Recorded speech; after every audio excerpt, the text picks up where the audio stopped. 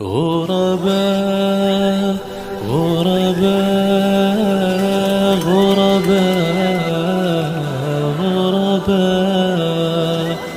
غربا غربا غربا غربا.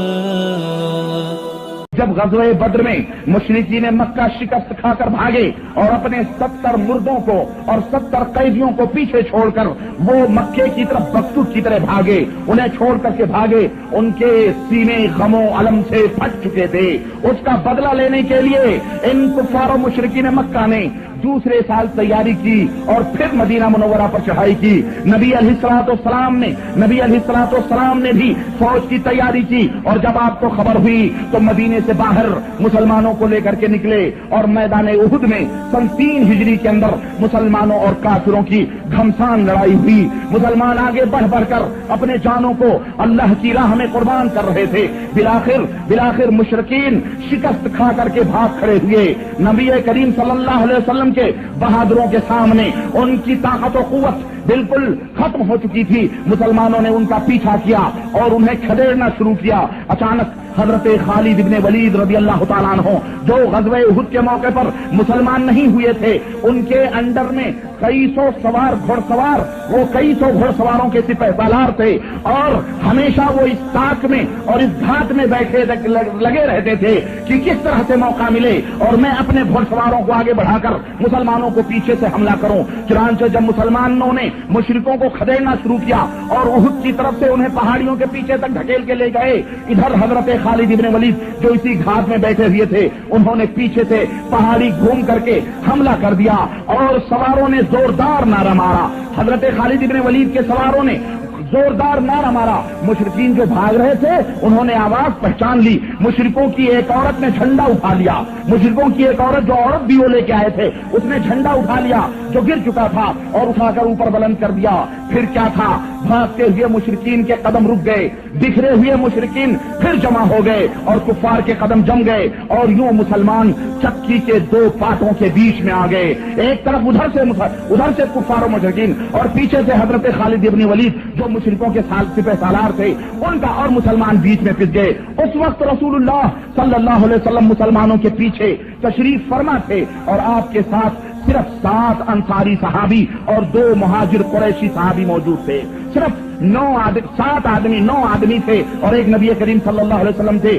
آپ نے پہاڑ کے پیچھے سے خالد ابن ولید کے سواروں کو دیکھا کہ خالد ابن ولید ایک فوج لے کر کے مسلمانوں کے پیچھے دوڑے. نمودار ہوئے دیکھا تو نہایت بلند آواز سے نبی کریم صلی اللہ علیہ وسلم نے آواز دی کہ اے اللہ کے بندو، مسلمانوں میری طرف آؤ، دیکھو خالد ابن ولید کی فوج آ رہی ہے. لیکن اس آواز کو مشرکین مکہ نے جو آپ سے زیادہ قریب تھے انہوں نے پہلے سن لیا، اور مسلمان جو آپ صلی اللہ علیہ وسلم سے تھوڑے دور تھے ان تک وہ آواز بعد میں پہنچی. لیکن مشرکین مکہ جو آپ سے قریب تھے انہوں نے اس آواز کو پہلے سن لیا. پھر کیا تھا، پھر انہوں نے اسی آواز کی طرف اپنے گھوڑے ڈال دیے، اسی آواز کی طرف رخ کیا.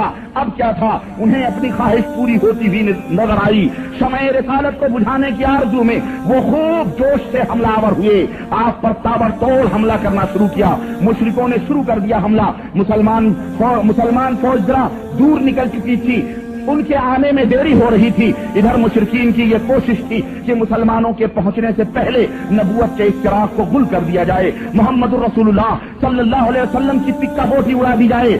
یہی وہ مشکل اور خطرناک گھڑی تھی جب کائنات کے امام نے فرمایا تھا کہ کون ہے جو ان مشرکوں کو مجھ سے دور کرے اور جنت میں میرا رفیق سفر بنے اور جنت میں میرا ہم نشیں بنے. شمع نبوت کے پروانوں میں سے ایک انصاری صحابی آگے بڑھے اور مشرکوں کو پیچھے دھکیلا اور لڑتے لڑتے نبی کے قدموں میں شہید ہو گئے. اب مشرکین بالکل قریب آ چکے تھے. آپ کے مقدس لبوں سے پھر وہی کلمات نکلے کہ کون ہے جو جنت میں میرا ساتھی بنے گا. دوسرے ایک صحابی نے آگے بڑھ کر کے مقابلہ کیا، وہ بھی شہید ہوئے. پھر تیسرے آگے بڑھے، وہ بھی شہید ہوئے. پھر چوتھے، یہاں تک کہ 7 صحابی اللہ کے رسول صلی اللہ علیہ وسلم کے گرد جنہوں نے حلقہ بنایا تھا اور نبی صلی اللہ علیہ وسلم کو بیچ میں لیا ہوا تھا، 7 صحابہ نبی کے قدموں میں شہید ہو گئے. اور جب 7ویں صحابی گر گئے تو اب صرف 2 قریش مہاجر صحابی باقی بچے.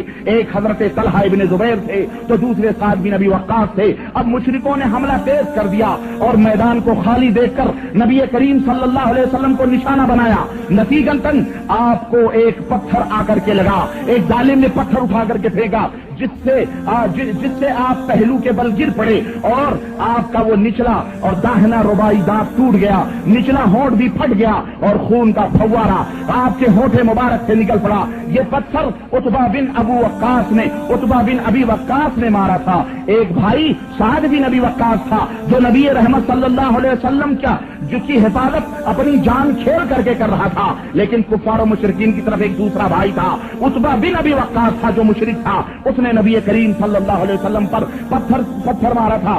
آپ بھی ہوش ہو کر کے زمین کے اوپر گر پڑے. اتنے میں عبداللہ ابن قمیہ مشرک جو بے مثال اور عظیم گھڑسوار تھا مشرکوں کا, وہ نبی کریم صلی اللہ علیہ وسلم کے قریب آیا اور اس نے آپ کے سر پر ایسی تلوار ماری مگر وہ تلوار آپ کے کندھے پر لگی, لیکن لوہے کا جو لباس آپ صلی اللہ علیہ وسلم پہنے ہوئے تھے وہ تلوار اس لباس کو نہ کاٹ سکی. سر پر تلوار ماری تو جو لوہے کی ٹوپی آپ پہنے ہوئے وہ لباس تو وہ نہ کاٹ سکی.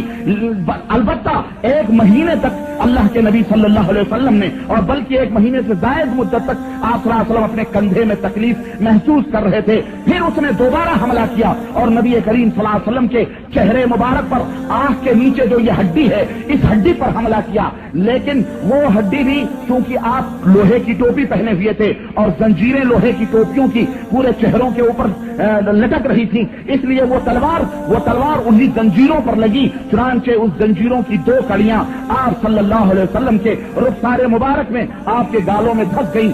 سر اور پیشانی پر چوٹ آئی, آپ کا چہرے مبارک لہولہان ہو گیا, خون کے فوارے جاری ہو گئے, آپ بے ہوش ہو گئے. لیکن تھوڑی دیر کے بعد میں جب آپ صلی اللہ علیہ وسلم کو ہوش آیا, آپ چہرے مبارک سے خون کو پوچھتے تھے اور فرماتے تھے کیف یفلح قوم شجوا وجہ نبیہم وکسروا رباعیتہ وہو یدعوہم الی اللہ. اللہ اس قوم کو کیسے فلاح دے سکتا ہے, اللہ اس قوم کو کیسے نجات دے سکتا ہے جو قوم اپنے اس نبی کو زخمی کر رہی ہو, اپنے اس نبی کے دانتوں کو توڑ دے جو انہیں اللہ کی طرف بلائے. بھلا وہ قوم کیسے نجات حاصل کر سکتی ہے؟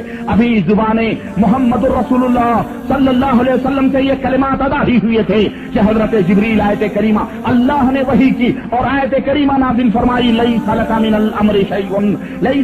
الامر شیء او یتوب علیہم او یعذبہم فانہم ظالمون. میرے نبی, میرے محبوب, آپ کا اس میں کوئی دخل نہیں, اپنی زبان کو بند رکھو. ایسا بھی ہو سکتا ہے کہ جنہوں نے آج آپ کے خون نکالے ہیں کل آپ کے نام پر اپنے خون کو بہانے کو فخر سمجھیں.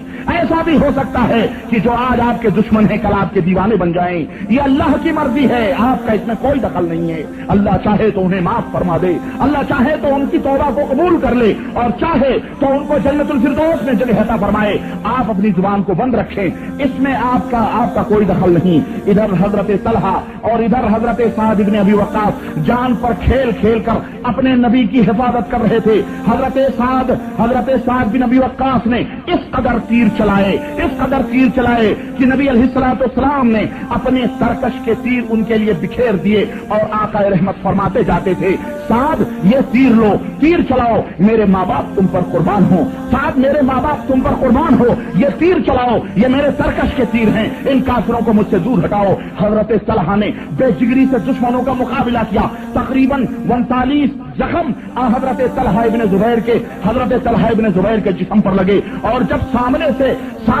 جب اللہ کے نبی صلی اللہ علیہ وسلم کو انہوں نے اپنے پیچھے کیا ہوا تھا اور جب سامنے سے جسم کے اوپر تیروں کے نشان باقی نہ رہے تو حضرت طلحہ ابن زبیر نے چہرہ نبی کی طرف کر لیا اور پیٹھ دشمنوں کی طرف کر لیا.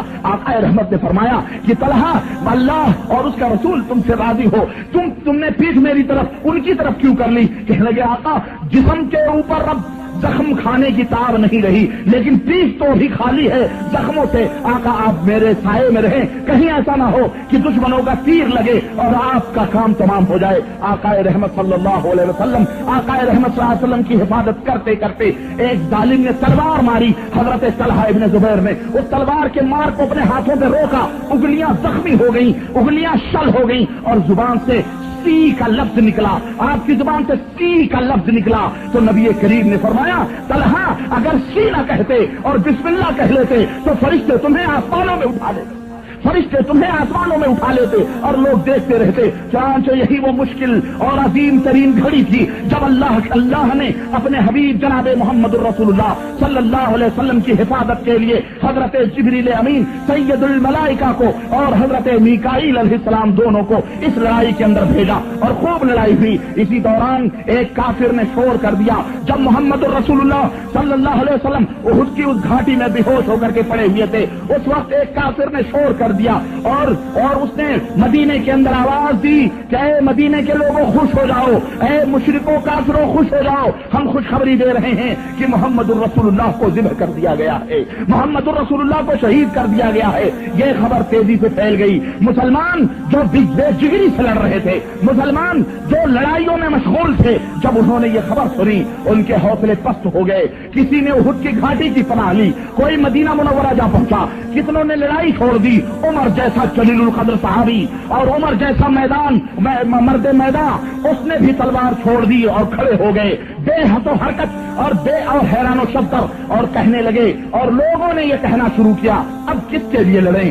اب کس کے لیے جان دیں؟ وہ نبی نہ رہا، وہ رسول نہ رہا جس کے سامنے ہم اپنی گردنوں کو کٹاتے تھے، اب ہم کس کے لیے جانوں کو قربان کریں، ہم کس کے لیے لڑیں؟ مسلمان شکستہ دل ہو گئے، قوتیں جواب دے گئیں اور ہمتیں پست ہو گئیں۔ غرض یہی وہ موقع تھا، اسی موقع پر اللہ وحدہ لا شریک نے آسمان سے آواز دی، عرش سے آواز دی، اور اللہ تبارک تعالیٰ نے فرمایا وما محمد الا رسول قد خلت من قبلہ الرسل افإن مات او قتل انقلبتم على اعقابکم ومن ينقلب على عقبیہ فلن يضر اللہ شیئا وسيجزي اللہ الشاکرین۔ سے آواز آئی اے مسلمانوں گھبراؤ نہیں، نبی آئے تو گئے، آدم آئے تو گئے، نبی آتے ہیں جانے کے لیے، آدم آئے تو گئے، نوح آئے تو گئے، خلیل اللہ آئے تو گئے، ذبیح اللہ آئے تو گئے، یوسف کنانی آئے تو گئے، یعقوب آئے تو گئے، داؤد آئے تو گئے، سلیمان آئے تو گئے، یہاں جو بھی آیا ہے وہ جانے کے واسطے ہی آیا ہے۔ سنو سنو، میرا دین جو ہے، میرا اسلام جو ہے، میری توحید جو ہے وہ کسی نبی کی زندگی کے واسطے نہیں آئی ہے۔ نبی آئے تو گئے، نبی آئے اور چلے جائیں گے، اور نبی آتا ہی ہے جانے کے لیے۔